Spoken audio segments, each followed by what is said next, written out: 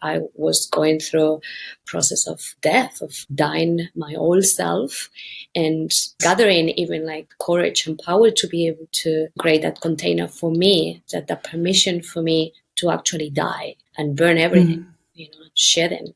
So what is the intention of making a ritual? That is one of the pillars and the energetics that is going to be holding the whole process.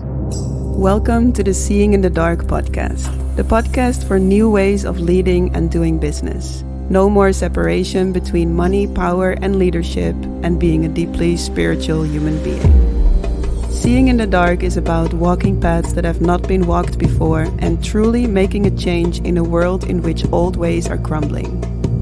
My name is Nicole Nyima, CEO of a multiple six-figure soul-based business, and here to take you into the mysteries of purpose, power, intuition, and soul-based leadership. May you embody your own unique essence so deeply that your vibration naturally teaches, inspires, and assists others. Let's dive in. Hello everyone, welcome to this week's episode, Ritualizing Moments of Change and Transformation. I am here together with one of my dearest friends, Sia Hu Heka, all the way from New Zealand. And we've known each other now for 5 years, I think. Yes, through a super random moment of me reaching out to her and inviting her to come and work in my retreat. And since then, we've been collaborating on many different occasions. I'm super happy that you are here, Sia, to dive into this topic that is so dear to both of our hearts. Thank you so much for having me here. Yeah, really excited all the time. Every time that I collaborate with you, it's always a journey. Yes. Thank you. I think one of the things that I feel when we collaborate is it's always effortless. It's always very deep. It's always a lot of fun. And it's always like, just very deeply connected to the mystery and magic. And also today, as we're going to dive into the world of ritual, I think you are one of the beings in my life that is connected to that probably the most, like in the top, you're in the top rank of people I know that are deeply, deeply connected to the world of ritual and temple and magic, and just the fullness with how you are in that is so beautiful. So I'm really happy to talk with you about ritual today. And as we are starting to enter into this topic, I just want to start all the way at the beginning. Like, was ritual always a part of your life? Yeah, I mean, there is so many memories about rituals, but I think one that comes to me really clear, because it was a moment in my life of big transformation. It was in my 20s. So it was around, I think, 2010. So years ago, I used to be a private banker. I used to work in corporate. That's so funny. I can always not believe it that you were a private banker. I mean, I have the part of business orientated and structure and, more masculine approach. But it was in that time.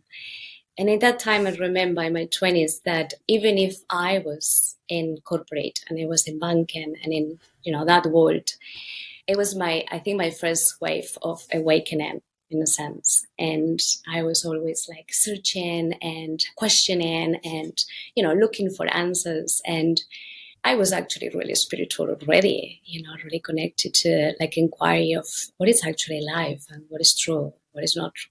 So I was in that journey, but big wave. And it was a tendency at that time of going into deep intimacy with the night, because I was really busy. So I was all the time busy. I remember waking up at 5 a.m. in the morning, going to the gym, then to corporate, then coming back home really late. So it was in that busyness type of life. And that night when the dark, the moon came, it was like this exhalation in me, oh, okay, finally. It's now when everything is quiet and I can tap into something deeper. So in that period of my life, those nights, they were an exploration through a very intuitive journey through dance and movement and sounds and journaling and reading myth, like very, very beautiful journeys. But it was one specific night in that journey that I remember. It was full moon, because I remember the window open in my bedroom, and I was bleeding. I have my menstruation. And in that, relationship with the night and inquiry and journey, I start like playing with my blood. So I start like using my hands and test to actually like feeling the texture of the blood. And I have to make a context. I was a woman that I never read a book about the mysteries of the blood or the sacredness of the blood in that moment in my life. No idea about that. So this was a very intuitive approach of curiosity about like, what is this? And not actually questioning why. And did you connect with your blood before that moment? No, that was the moment. That was the moment. Wow. So I started like, playing with the blood and place it in my body, like smelling the blood. And in that deep intimacy with my blood, and that in the privacy of my own home with the full moon and, the dark, I have a huge realization at that moment. It's like, oh, wow, there is a deeper intelligence, there is a deeper guidance, there is an inner voice that wants to come through me, but I can't hear that voice in my daily life because there is so much noise. And it was a sense of like, I'm actually full, but it wasn't like positive full. It was, I can't receive more information in my system. I'm done. And it came through like a big realization of like, I'm done with the information that came from my family through, education in my household. I'm done with my culture. I'm done with, everything that I study in the university and I'm done with external information coming towards me and always relating to authority being outside me. And the blood was like, no, I'm done. And in that moment, no thinking, no preparation, anything, I started gathering objects in my bedroom, and I got like the credit cards from banking, like yes. the credit cards. Like I was just like vibrating between rage and excitement and passion. It was a mix. The credit cards. I know you very well in this mix, actually. And then it was like, what else? What else I need to gather right now? And it was a picture of my father. It was from my mom, so representing my mom also. So it was the piece of like my job, the piece of my family. And then I got a book that it was something about the university. So all of my studies and master degree and whatever, like in that book. And perhaps more items that I don't remember now. But it was like a collection of symbolic, objects. And I was like, yes. I need to do something with this.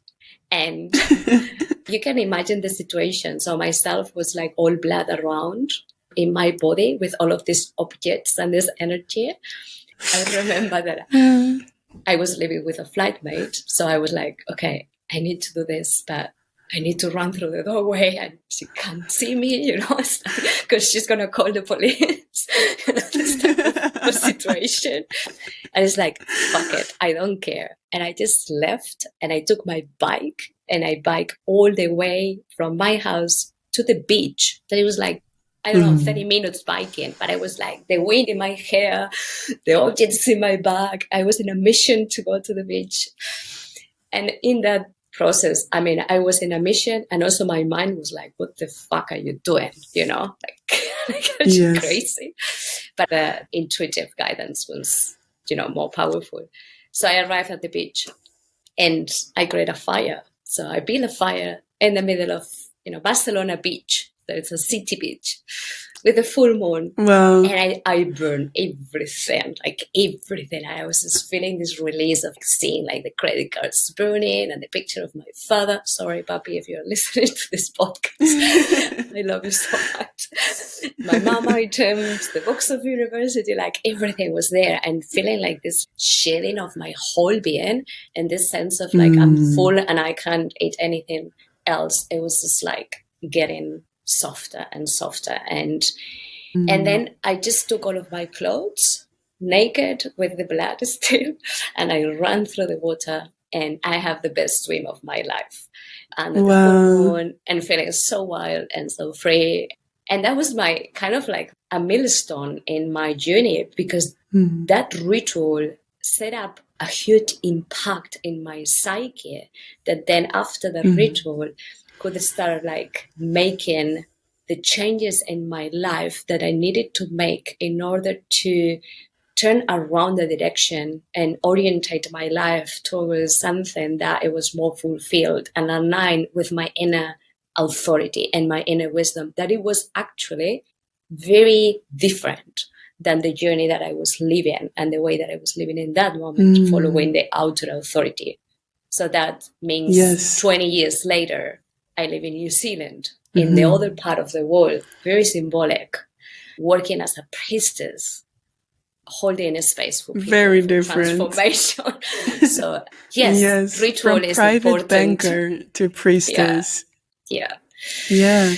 I feel curious if you bring your awareness back to that moment where you were throwing everything in the fire and you were going into the ocean for a swim.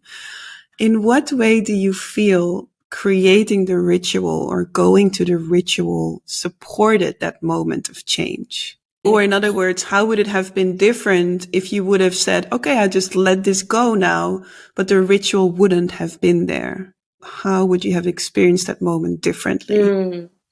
I guess for me, ritual has been always an embodied aspect, like as part of the ritual for me is being totally present in an embodied way in the process of the ritual. So I'm full in. Yes. I'm not half, and I'm really awake. Exactly. I'm really aware of what is happening within me and outside, but within me, like how this fire and seeing all of these objects being burned is actually impacting the whole system, like in terms of physical, in terms of like energetically, like what kind of fears may arise. So it's a very deep journey within myself, the ritual. It's not like a a performance with different steps that you follow and that's it, and then magic happens. Because I imagine there could be listeners that feel like, ritual, but ritual is like a set sequence that we need to follow, or,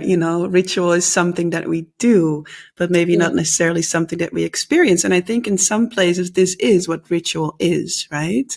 So this is also beautiful to make like how we work with ritual. We work with the embodied experience of a ritual. So whatever happens in the physical objects or the physical symbols of it is a representation of whatever is moving inside of your body and inside of your experience, and the other way around. So one of the elements is the embodied experience of the transformation or of the moment.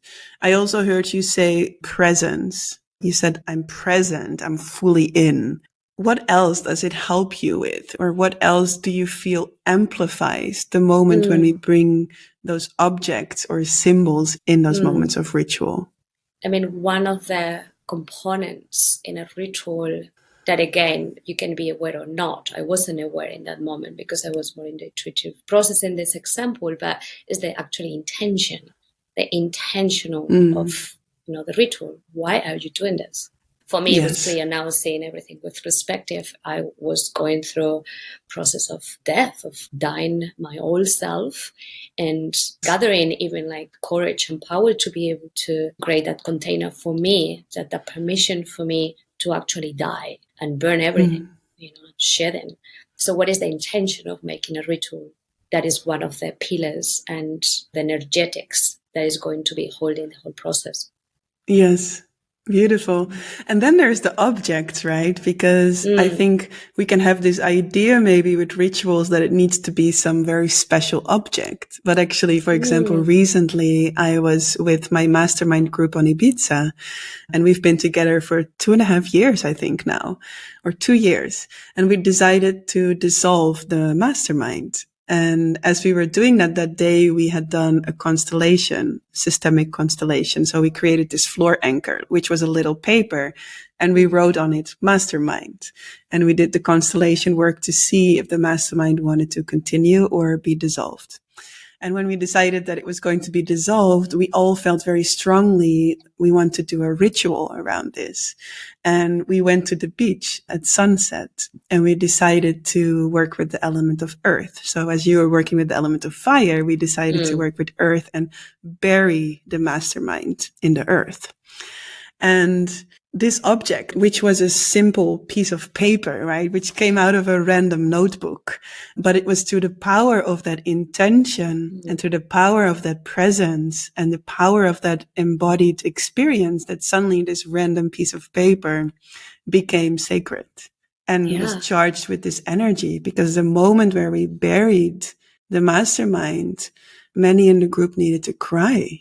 And we were like, wow. So there's actually so much more touched by the dissolving of this mastermind than we would think with our mind, right? So it was the ritual actually that helped us to access that grief and that moment of completion and that moment of truly letting go. And that's one example of how in ritual, the most random objects or symbols or items can become sacred through the power of our intention and through the power of our presence and through the power of the energy that we bring into the ritual. And I feel curious how that was for you with the credit cards, because that's also a pretty random item, right? I was really concerned, like, is this going to actually burn? Or like, I need to do something else. I was actually trying to cut it. Yeah, I mean, when, in ritual, we say, or I say, like, sacred items. What I mean with that is actually like objects that I charge with energy. I give energy to the object with that intention more than, this object is sacred and this object is not sacred. It's more like the energy that we put into the object. And actually, I feel like I love after going through a big ceremony where there is an altar in the center and the altar is receiving the energetics of the ceremony and the prayers and the intentions and the sounds and the drums and the music and the whole like psyche being honored to the altar, to actually those objects coming from the altar, they are really charged. This is really sacred items and can be an apple, right? It can be anything. Yeah. I think for me, the first time when I really, really saw the power of an altar, I mean, before I could feel the power of an altar, but this was the moment where I really, really saw the power of an altar. It was during a plant medicine ceremony. And I look at the center and each object on the altar, it was a huge altar. Like there was all kinds of things on there, snakes and skulls and flowers and cards and many different objects, crystals. And I look at the altar and each object on the altar was literally alive as I was in the force of the plant medicine. And I could only in that moment realize, as I was seeing the processes that were opening in the people in the ceremony, like, wow, each and every person's process is connected to the objects that are on this altar, right? So I think we underestimate the power that our sacred objects have, whatever the object is that you choose for that. Like we said, it could be a credit card. It could be a random piece of paper that we have put our intention in, but it holds such an incredible power and such a beautiful representation of that intention. Yeah. I guess when I hear you share that, I realize that we have lost trust into the energy, in energetics. And the energy holds a lot of power. And in ritual, we reclaim, every part of the being that has been, cast or denied or left aside. Because in the ritual, the whole spectrum, the holistic spectrum of the being is welcome and is, retrieval in a way. So that the piece of the energetics, the piece of the deep intuition of the being, like this is coming back into the ritual, everything is there. Yeah. I feel that in these moments, for example, on the beach where we bury the mastermind, that it's so easy to let a moment like that pass without true awareness on that moment of change. So, for example, when we dissolved the mastermind, it could have been, okay, ladies, I thank you so much for these 2 years. We dissolve the mastermind now and we continue on with our lives. But actually, it was through the ritual that that moment of change was acknowledged in an embodied way. And it was through that moment of change being acknowledged in the ritual that we could truly let go and access that grief, right? And that brings me into the topic where I would love to go towards the rites of passage as well, because the rites of passage, it's something that I was reminded of so strongly when I was in Benin this January, because Benin, West Africa, they have a culture where the rites of passage are still very much alive, where actually I feel there they live their life in a ritual. Like there's rituals everywhere, you know, like I was receiving ritual baths on a daily basis. Every morning where I would wake up, my herbal bath was ready and I would shower myself with the herbs. And it was just so normal to be in a space of ritual every single day. And also in the culture, they very much still have the rituals for when a girl becomes a woman, when a boy turns into a man, right? There's these important transition moments that are still so kept inside of this culture, which also amplifies so much this sense of community and togetherness. I've seen so many examples where this culture is having that sense of community so strongly still, right? When a girl becomes a woman, all the community comes together and celebrates that moment. I feel that we in the West lost the connection to these rites of passage and through the power of ritual. And therefore, we lost the connections through bringing actual presence and intention in the moments of change and transformation. So yeah, the rites of passage is just something that I also feel deeply passionate about, to bring that back in our culture, to bring it back, to also bring that shift from us doing it all by ourselves to doing it together again. And there's one more example that I want to name in that. I have a dear friend, and when she was pregnant, she held a grief ceremony together with her friends for her maiden. And she was grieving together with her friends, her maiden, to make space for motherhood that was about to enter into the space, right? I haven't experienced pregnancy yet, but maybe you can share about your experience in that. But I believe that most, if not every single woman, goes at some point through some form of grief in that transition from maiden to mother. But how many of those women are going through that change alone, or even feeling guilty for feeling grief, right? Not fully understanding what is happening, because what is happening energetically is that you shift into a different archetypal energy. Doesn't mean that your maiden is lost forever, but there is a new archetype, a new energetics that you are mainly embodying that is taking most of the space, right? So through her doing that grief ceremony, she could experience her grief in community instead of doing it all by herself. Yeah. Definitely. Yeah. I mean, this is something that deeply touched me, this theme of coming back into not putting the individual, in the altar, like in the center. The most important thing is just the individual.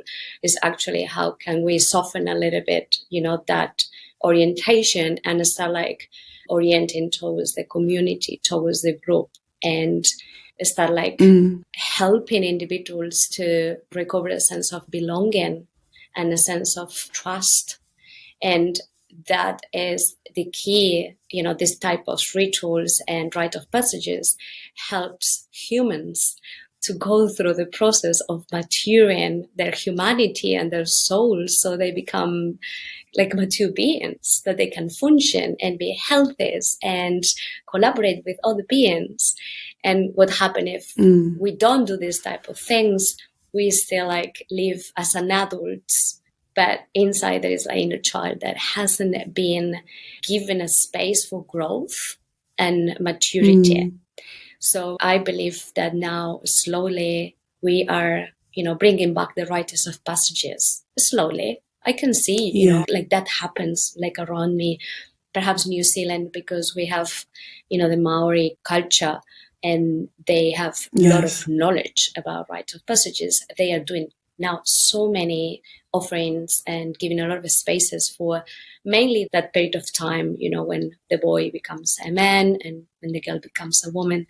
The approach is going towards that age. But also I see, in my group of, empowered women doing a lot of women's work, there is a lot of emphasis in honoring each of the stages of womanhood, from the girl to a woman, then the woman, to a mother, and then the mother to a crown. So, like how can we support women to die, like to die the old version of themselves and welcome the new one? And that is a process. It's not something that comes with age, with a specific, I'm 40, so now I'm those and this. No, comes with a process of that needs time, needs stages, needs integration, needs those stages of allowing, the old to be released and let it go and grieve and acknowledge and sign gratitude and celebrate the memories. And then there is a space of integration, a space of in between where we are not who we used to be. We are not that girl anymore. Now we are a woman because we have our firstborn and now we bleed. But I don't know exactly who I'm becoming yet. I'm still in between the space. So there is a space of integration that perhaps we need more support and we need elders to talk to, and we need more gatherings with other people, like other women like me that are in the same stage and they're scared about it. And then there is another stage of welcoming, the new. So, Yes. Can you share a bit more about that process from that moment on the beach in Barcelona? Because it sounds like that was the stage where you let an old identity die, where you were truly letting go of the busy Sia and corporate and, letting go of those things.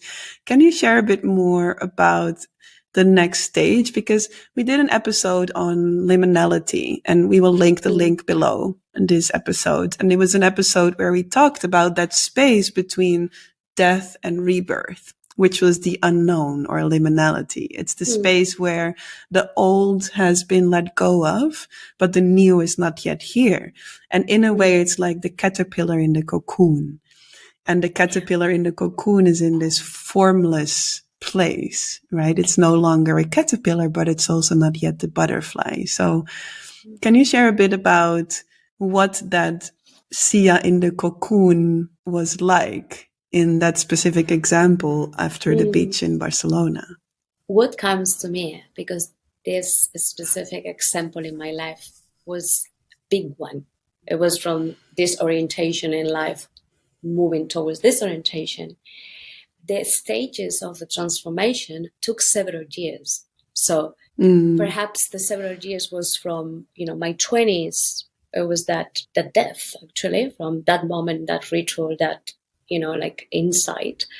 Took several years, perhaps even like 10 years to actually die, like keep releasing and let it go, like mainly conditioning and belief system. And then I can see that in my 30s, part of my 30s, it was a lot of liminality, like a space in between, like, oh my God, I spent so many years studying to become this woman and have this career, and then I let it go everything, and I don't know who I am anymore. I don't have more studies, I don't have more options, and I'm just in this place of unknown. And that I relate with many years, actually. It wasn't like a thing of 1 month. It was perhaps in my 30s. And I feel like that now that I'm in my 40s, there is a new wave, a new stage, that is the birth. So I know a little bit more about myself. I don't know who I am, there's so many mystery in me, but I'm actually more comfortable inside my skin that I used to be when I was 20. And so I have more tools and resources, and I have a sense of direction in my life. So it feels that it's now in this decade of 40s that I'm going through a process of rebirthing myself and coming back to life. Beautiful. And saying, hi, this is who I am and this is what I want. But I was really quiet before because it was in that space of like not knowing for many years. And I want to say this for the people who are listening, because this type of processes of transformation, sometimes they're quick, but sometimes they're not, right? Yes. And we need to honor that. And in those big processes, I mean, I'm sharing a big one, lifetime thing. There is many different small transformations in between that can feel like quick, but we need to honor the big ones and the ones that would take years. Yeah. And I think also, because we've been talking about this topic a lot, because we're also in the creation of the program, which we're going to share a bit more about in a moment. But the phases of transformation, like, yes, there is the big ones and there's the small ones, but all of them have these 3 stages. All of them have these 3 stages of truly letting go of the old or something dying, being in that space of the unknown where all that uncertainty gets triggered, like, oh, what will happen next? And who am I? I'm not sure. That stage that we always want to force or have it go faster. Yeah. And then the rebirth that follows after. And I think that one of the beautiful things about is to really honor each season that we are in. That when we are in that unknown space, the more you can actually surrender to that unknown and not push it forward into the rebirth, the more you can actually surrender into that not knowing, the more quality the rebirth has that follows after. And I've experienced this so many times now, like the caterpillar in the cocoon is also not fighting its way out of the cocoon. It's fully surrendered, because only through the full surrender it can shift shape into the butterfly. And it's through divine timing that life or the mystery or whatever, God is deciding the right moment for the butterfly to come out of the cocoon. And I think this is an important reminder, because how many times did we find ourselves in pushing forward a change or forcing a change instead of fully surrendering into each of these 3 seasons of transformation? Yeah. I mean, I feel like the new activism is through honoring the seasons. Because it's not just the individual. I mean, we live in a culture that worships the rebirth. That's it. The shining aspect, the sun, the radiance, the I know who I am. I know what I want. The third stage. But we live in a culture that we don't honor. We don't want to talk about it, about the first stage, that is death.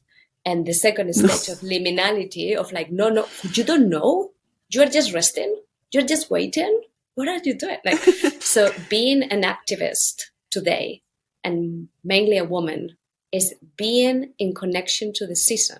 So if you're in a season of liminality and you don't know, if you hold that, like, I don't actually know. And I'm going to allow myself and create my life in a way that honors that season. And I'm going to rest and I'm going to sleep and I'm going to read and I'm going to meditate and I'm not going to be active. Yeah. This is activism.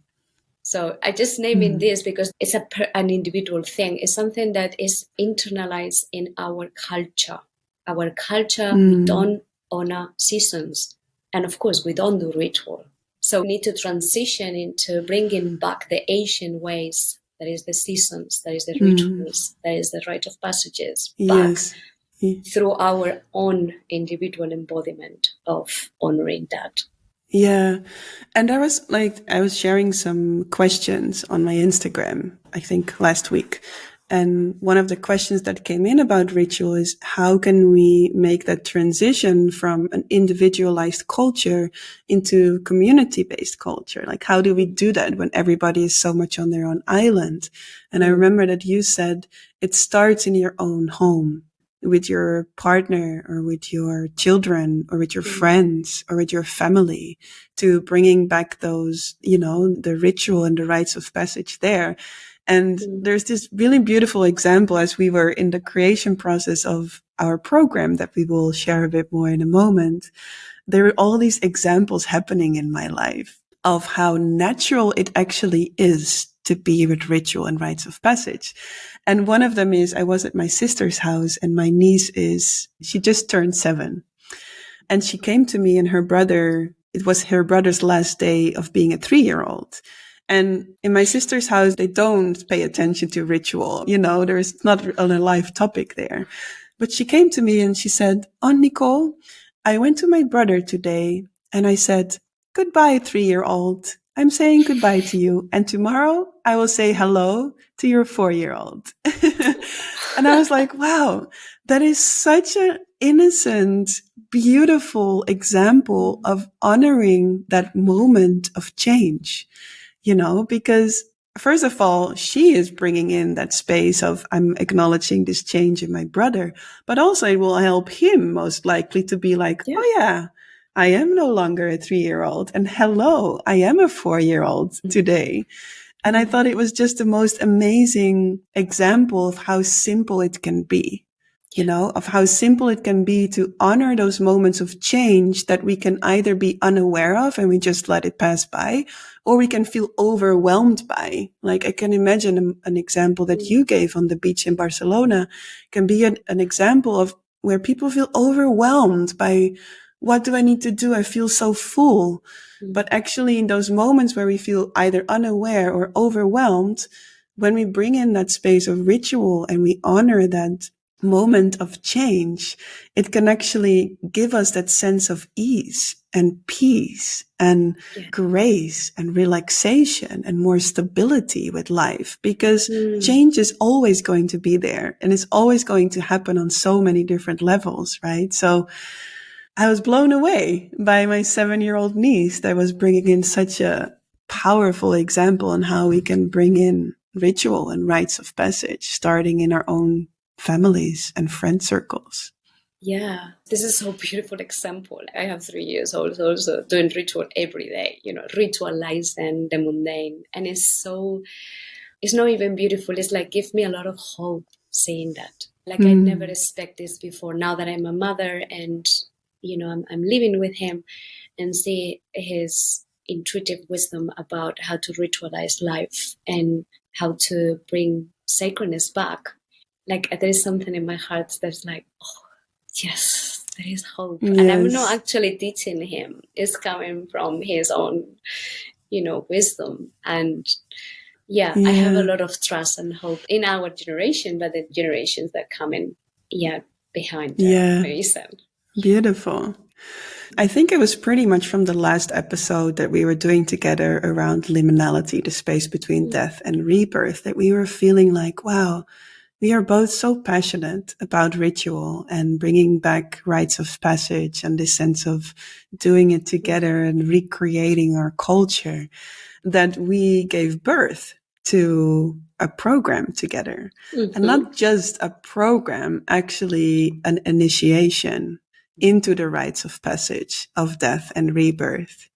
So Sia and I have been creating a 4-week initiation called Rites of Passage, Death and Rebirth. And it's a place where, first of all, the participant or you as a participant will go through the initiation of death, liminality, and rebirth yourself, so that you learn how to truly let go of an old version of yourself, how to truly shed that skin of an old identity that you've been holding on to or that you no longer need, to then open into that space of the unknown and learning to stay in a sense of ease or trust or stability almost in that uncertainty and unknown. We guide you into that second space of learning to be and navigate the space of the unknown and truly surrendering to that, to truly be in that formlessness like the caterpillar is in the cocoon, to then going into the third stage where we welcome resurrection and rebirth and making space for that new to arise. But that's not all. That's the first initiation that you go through personally. The second piece is where we're both also super excited about, is where you learn to facilitate ritual, because that's the intention for this program as well. It's not only that you can implement ritual in your personal life, but you can also bring it into your community, meaning you learn to facilitate ritual to your children, to your friends, to your clients, to your colleagues, and do that in a space that is a home, an office, your temple, your personal practice, your online business, wherever the space is that you want to bring this into. Our 4-week program, Rites of Passage, will teach you on how to facilitate that space of a ritual so that you can guide the people around you through that rites of passage of death and rebirth as well. Now, Beautiful. I'm so excited. I can keep sharing about it. Just like a few elements that are in this program is, of course, ritual. It's mythology. It's ritual baths. It's intention oils. It's candle magic. It's embodied practices. We have so much in there. Everything you need to bring back ritual and rites of passage in your personal life, your professional life, in your communities. I feel also that this journey that we go together in these 4 weeks is an initiation and an activation of your relationship with ritual and ceremony and with the rites of passages. So this is not like a program that you do and then you get something from that and then that's it. It's a lifestyle, like it's for your life. I mean, for me, recovering, the wisdom of the connection to the seasons and the transformation and the relationship actually with change itself has changed the way of how I engage with life into a more deep and fulfilled and more connected to the core, what actually matters, and having that deep discernment into like what is actually bullshit and what is actually the core. And this is where I want to be. Like, I want to live like this. I don't want to live in that shallow or like a robotic way of living. So this is an initiation for you to connect to that inner knowing, inner wisdom, that the ritual and ceremony facilitate the space for you to connect to that. I actually don't like to even call it program. We are birthing a being. We actually, when we tap into this course program together, we connect to the being of the program itself. What is the being? Yeah. What is the energetics of this space? What is the communication with this being? So I'm really excited to see how it unfolds, and also like which of you are being called to join us, and who are the beings that are going to be journeying with us, like going to this temple journey together with us. Yeah, because Rites of Passage starts on the 3rd of July and it will last for 4 weeks. And we are super excited. We will share the link below this episode, and there you can find out everything you need to know and more. And of course, if you have any questions, you can write us privately as well. We would love to see you there. We would love to take you through this initiation into the rites of passage, into ritual, mythology, the mysteries, and most of all, into a life where something greater and something deeper can be ever present, consciously present with us. Yes, Sia, I want to thank you so much. Thank you so much for coming on today for this episode. And thank you for once again co-creating magic together. I can't wait to be in the space together with you from the 3rd of July. Thank you, love. Thank you for having me here. Yeah, always a pleasure. Did you receive any inspiration, motivation, or powerful breakthroughs by listening to this episode? Then please share this episode by taking a screenshot and tagging me in your stories at nicole.nyima.costeres. I would love to celebrate you, share you in my stories, and it would mean so much to have my work reach more powerful, passionate women like you. Thank you so much, and looking forward to see you next week.